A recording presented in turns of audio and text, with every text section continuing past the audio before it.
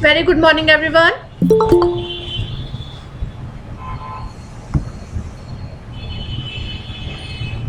Okay तो chapter जो है हमारा उसको हम लोग आज आगे से शुरू करेंगे।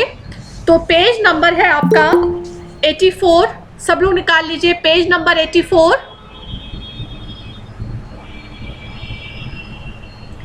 Page number 84।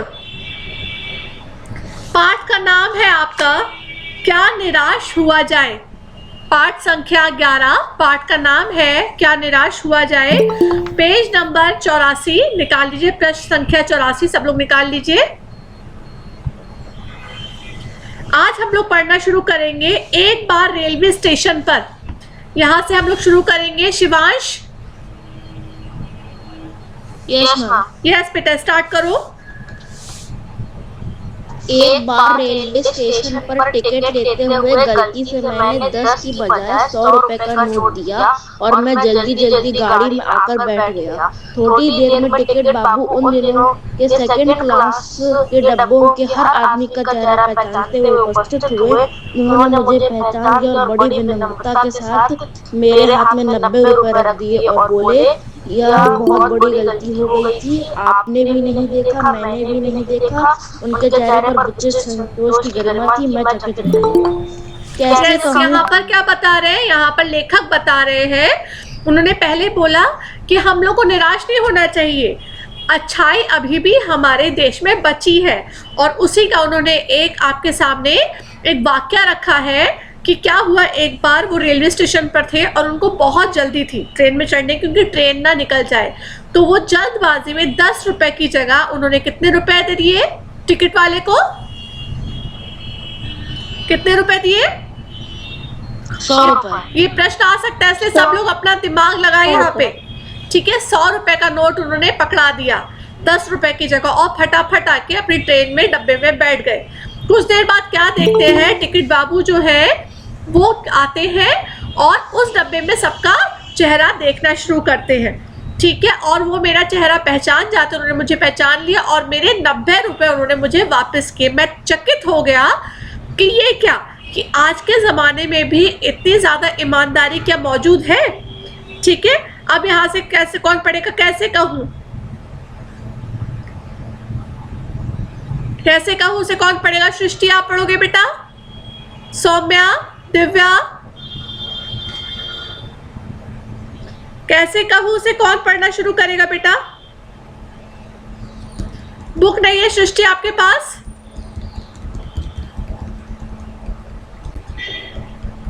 सौम्या, दिव्या, मोहम्मद तैयब, अरीबा, सिर्फ एक श्रेयांश ही पढ़ता है, इसके अलावा कोई और नहीं पढ़ेगा। या अनंत पढ़ता है? इसके अलावा कोई और नहीं पढ़ता है क्लास में? Very good. फिर उसके बाद है यहाँ पर कैसे कहूँ कि दुनिया में सच्चाई और ईमानदारी लुप्त हो गई है।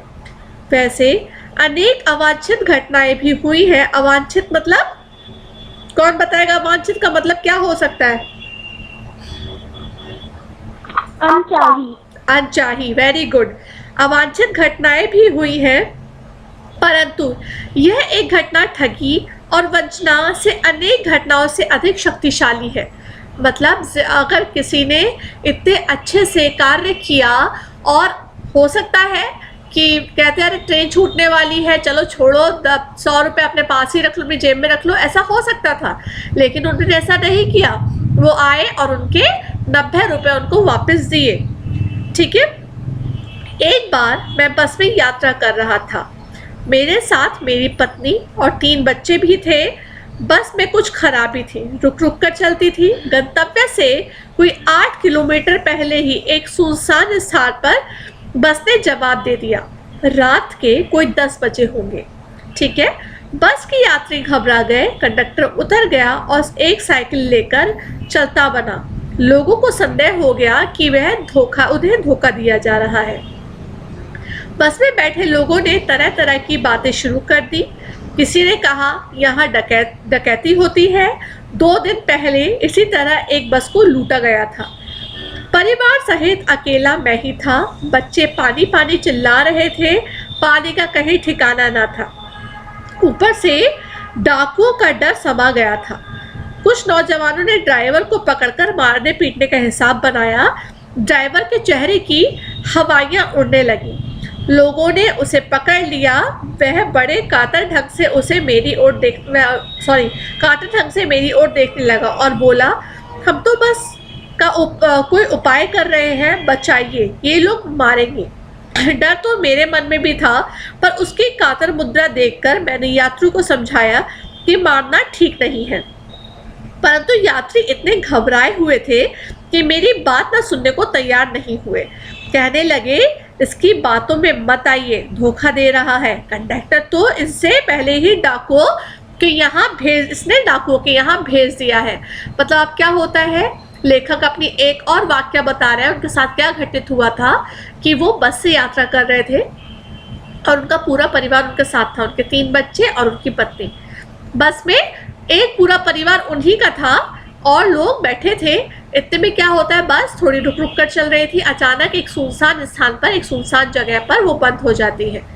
जैसे ही वो बंद होती है तो कंडक्टर क्या करता है, जल्दी से उतरता है और वो साइकिल लेकर वहां से चला जाता है। तो लोग परेशान हो जाते हैं। इनके जो लेखक है उनके बच्चे पानी पानी चिल्ला रहे हैं, सब परेशान हैं। इतने में एक यात्री कहता है, मुझे पता है कि यहाँ पर कुछ दिन पहले कल ही डाकुओं ने एक बस को लूटा था और ये बस वाला और कंडक्टर डाकुओं से मिले हैं। इन्होंने बस को खराब होने का यहाँ पे नाटक किया है और कंडक्टर जो है साइकिल से डाकुओं को बुलाने चला गया है। अब हमारा क्या होगा? तो लोग, बस वाले क्या करते हैं, यात्री प्लान बनाते हैं कि चलो इसको पीटा जाए, जो ड्राइवर है इसको पीट दिया जाए। ड्राइवर घबरा जाता है और बेबसी वाली आंखों से किसको देखता है, लेखक को देखता है कि उसको बचा ले। लेखक भी उसको देख के थोड़े से पसीज जाते हैं और कहते हैं लोगों से कि उसे मत मारो। तो लोग कहते हैं, इस भुलावे में मत आइए, इसके छलावे में मत आइए, इसने पहले ही कंडक्टर को भेज दिया है, डाकू को ले रही है, डाकू के साथ मिला हुआ है, इसको तो पिटाई पड़ेगी ही पड़ेगी। ठीक है, मैं भी बहुत भयभीत था, पर ड्राइवर को किसी तरह मारपीट से बचाया।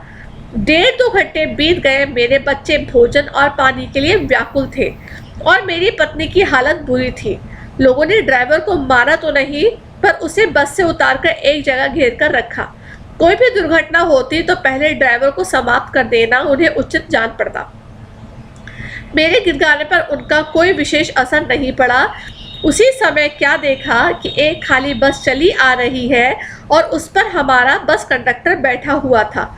उसने आते ही अड्डे से नई बस लाया हूँ कहकर बस पर बैठिए, बस चलाने लायक नहीं है। फिर मेरे पास एक लोटे में पानी और थोड़ा सा दूध लेकर आया। बोला, पंडित जी, बच्चों का रोना मुझसे देखा नहीं गया, वहीं दूध मिल गया, थोड़ा लेता आया। यात्रियों की जान में जान आई, सबने उससे धन्यवाद दिया। कैसे कहूँ कि मनुष्यता एकदम समाप्त हो गई है, कैसे कहूँ कि लोगों में दया नहीं रह गई है। जीवन जाने कितनी ऐसी घटनाएं हुई हैं जिन्हें मैं भूल नहीं सकता। तो लेखक बता रहे हैं कि क्या होता है, ये सारी घटना होती है। उसके बाद सब डरे थे, सब परेशान थे, मेरे बच्चे भूख से भी बिलक रहे थे। इतने में क्या देखते हैं, एक खाली बस चली आ रही है। उसमें कौन बैठा है, हमारा कंडक्टर, जो साइकिल लेकर यहाँ से चला गया था।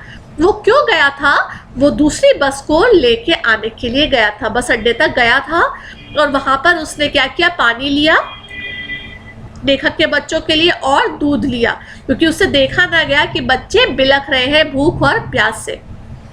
तो लेखक यहाँ पे यही बताना चाह रहे हैं कि ऐसा नहीं है कि सब जगह बुरा ही बुरा व्याप्त है, अच्छाइयाँ भी हमारे देश में हो रही हैं। अगर हम अच्छाइयों को गिनने बैठे तो हम बुराइयों को ओझल कर देंगे, उसको अपने आंखों के आगे आने ही नहीं देंगे। अगर सिर्फ हम बुराइयों को गिनने बैठ जाएंगे तो क्या फायदा। तो यहाँ पर लेखक के कहने का अर्थ यही है, ठगा भी गया हूँ, धोखा भी खाया है, परंतु बहुत कम स्थानों पर विश्वासघात नाम की चीज मिलती है।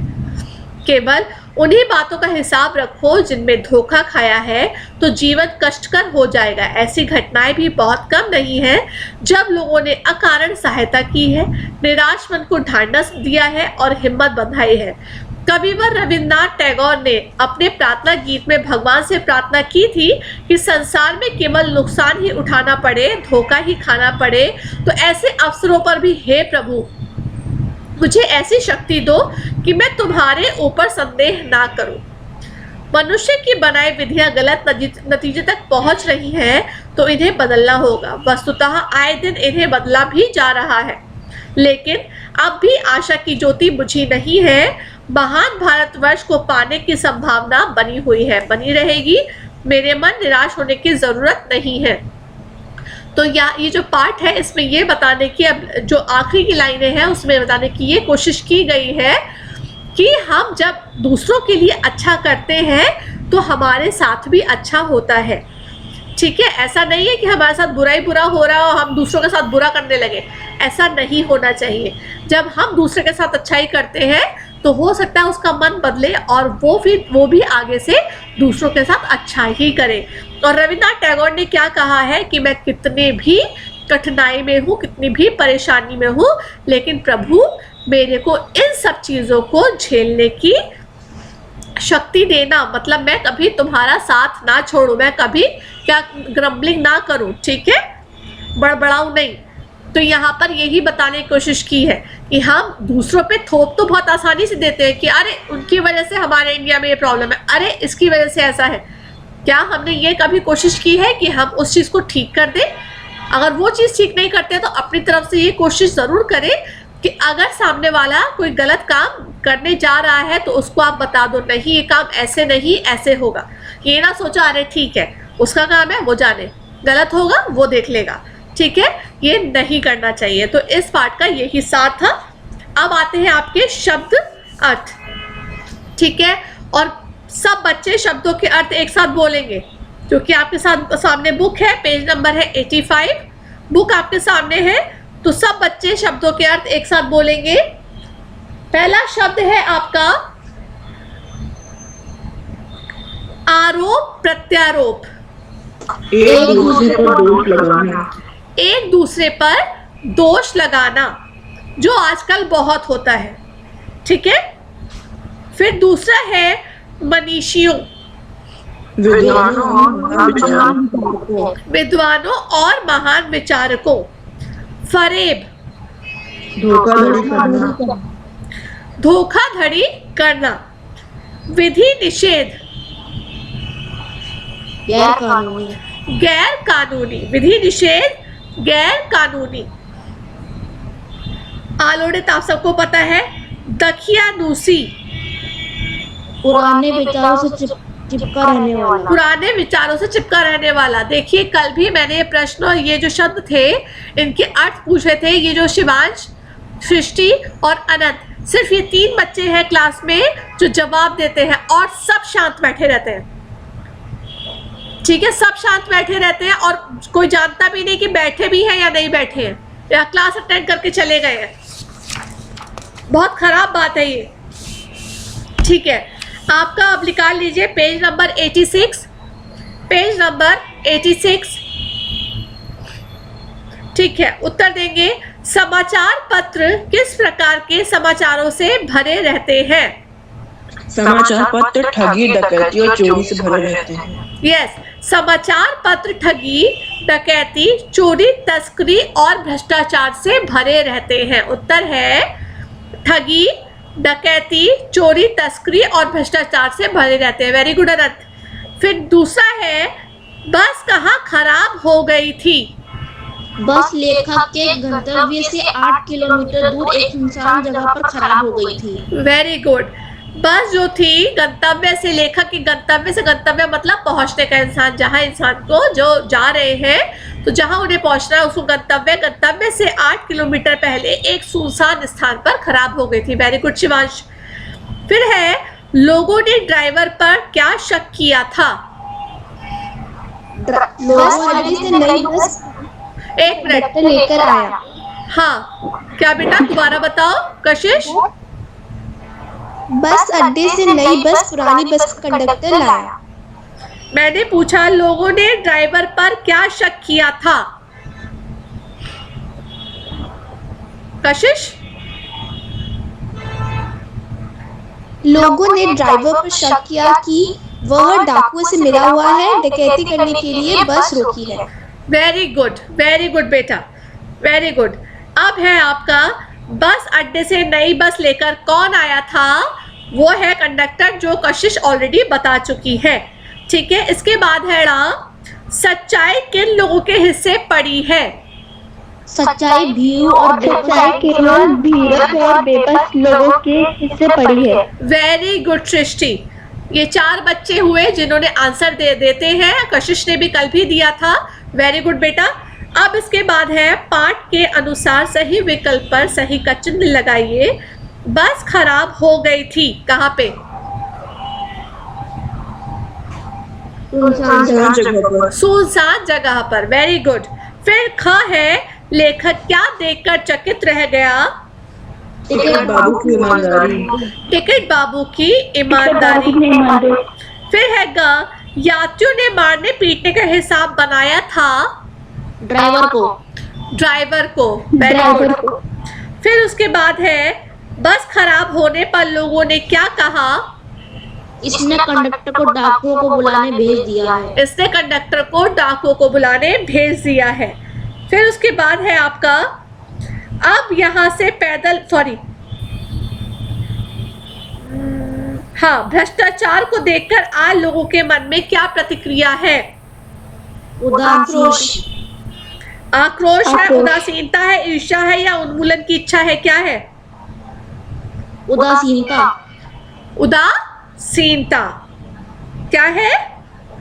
उदासीनता। अगर हमारे अंदर आक्रोश हो तो कम से कम कुछ चीजें सही हो जाएंगी। तो ये सारे बच्चे आज हमने यहाँ तक किया है। कल इसको हम लोग खत्म करेंगे। इस चैप्टर के क्वेश्चन आंसर्स को भी हम लोग देख लेंगे। ओके बेटा? Okay ma'am. Okay, bye bye बेटा। God bless you. Bye bye ma'am, thank you. Bye ma'am, thank you. Bye bye.